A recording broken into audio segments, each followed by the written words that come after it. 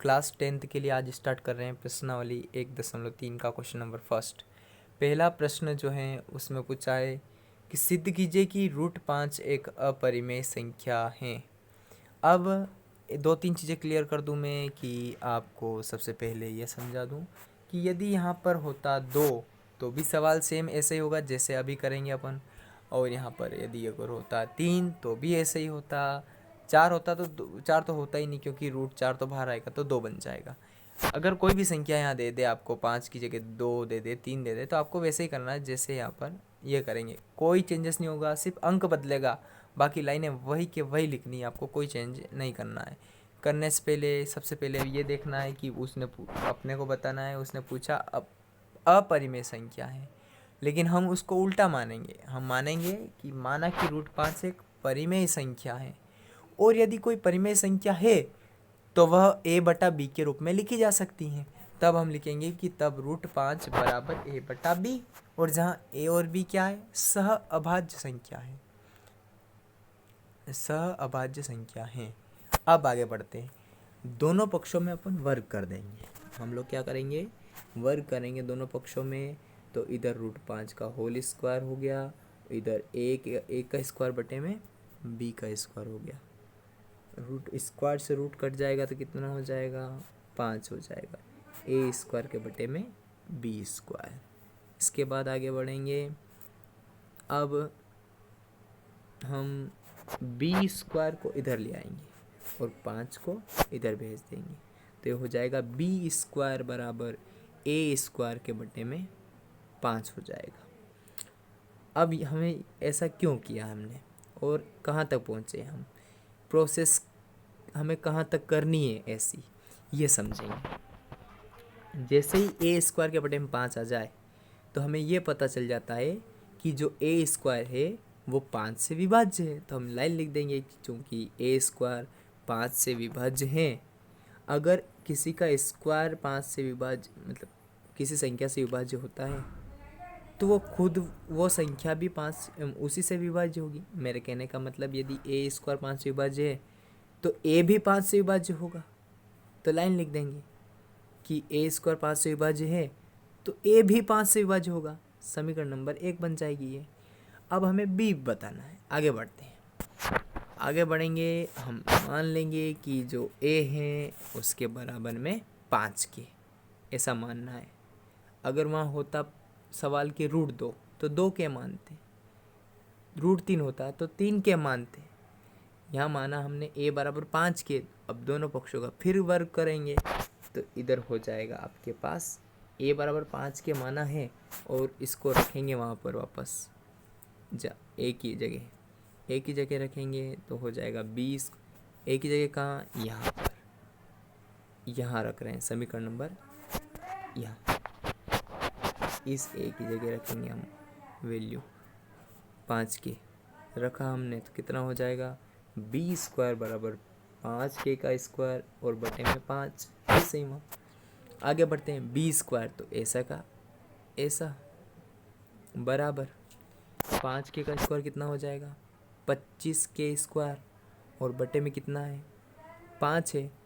5 से इस 25 को काट देंगे तो 5 कम 5 5 का 25 हो जाएंगे।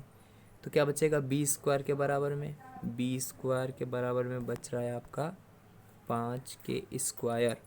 अब आगे बढ़ते हैं, b स्क्वायर बराबर 5k स्क्वायर है, 5 इधर गुणे में है, इधर आएगा तो बटे में हो जाएगा। b स्क्वायर के बटे में 5 बराबर क्या हो जाएगा, k स्क्वायर। अब जैसा वहाँ पर a स्क्वायर के बटे में आया था, यहाँ b स्क्वायर के बटे में आ गया। इसका मतलब ये हुआ कि b स्क्वायर 5 से विभाज्य है। तो जैसा वहाँ हमने लिखा था कि a स्क्वायर 5 से विभाज्य है तो a भी होगा, तो यहाँ b स्क्वायर 5 से विभाज्य है तो b भी 5 से विभाज्य होगा। ये समीकरण नंबर 2 बन जाएगी। इसका मतलब ये हुआ कि a भी 5 से विभाज्य है, b भी 5 से विभाज्य है, दोनों 5 से विभाज्य हैं। तो हम लिखेंगे समीकरण 1 और 2 से 5 दोनों a तथा b दोनों क्या है, 5 से विभाज्य हैं। इसका मतलब ये सहभाज्य संख्याएं नहीं है, ये तो दोनों से विभाज्य हो रही है। अतः √5 परिमेय नहीं है। तो जब ये परिमेय नहीं है तो क्या है, ये अपरिमेय संख्या है। यही हमें सिद्ध करना था।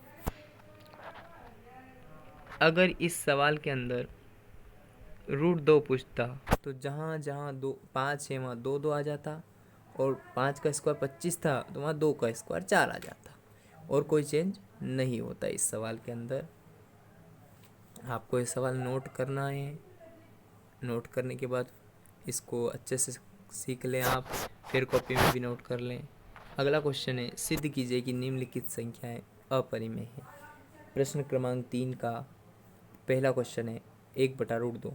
सवाल एग्जाम में ऐसा भी आ सकता है कि 1/√2 जो है, सिद्ध कीजिए कि 1/√2 एक अपरिमेय संख्या है। ये हमें सिद्ध करना होगा। तो सबसे पहले अपनों ने वही सेम काम है, कोई चेंज नहीं होगा। सबसे पहले मानना है, उल्टा ही मानना है। माना कि 1/√2 एक परिमेय संख्या है। परिमेय संख्या इसको मान लेंगे, आगे बढ़ें। अगर ये परिमेय है तो किस रूप में लिखी जा सकती है? a/b के रूप में, यानी कि 1/√2 बराबर a/b। और जहाँ पर a और b दोनों क्या हो जाएंगी? सहभाज्य संख्या हो जाएगी। अब आगे बढ़ते हैं। इतना हो जाने के बाद में 1/√2 बराबर एक a/b है। काम हम ये करेंगे कि b का गुणा 1 में करेंगे, √2 का गुणा a में करेंगे, तो हो जाएगा b बराबर √2a। b बराबर √2a हो जाएगा।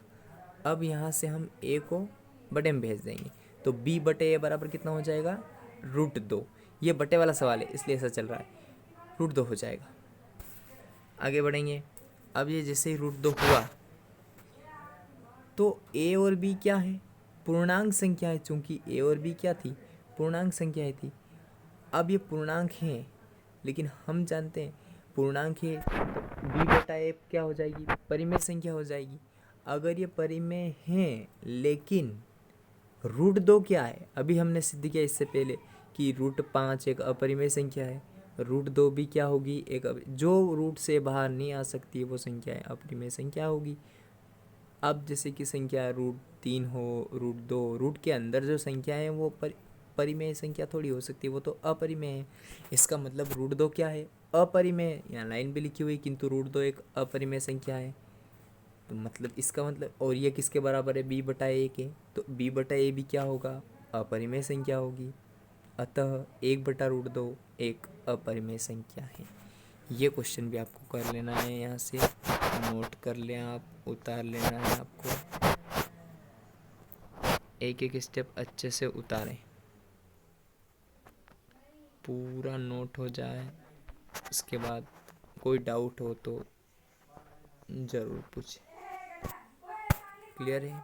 इसके बाद लास्ट प्रश्नावली बचेगी, उसमें सिर्फ ऑब्जेक्टिव टाइप क्वेश्चन है, उसका एक वीडियो बना के भेज देंगे। उसके बाद स्टार्ट करेंगे हम चैप्टर नंबर अगला जो भी है। सेकेंड या थर्ड स्टार्ट करेंगे हम, पहले थर्ड करेंगे उसके बाद सेकेंड करेंगे।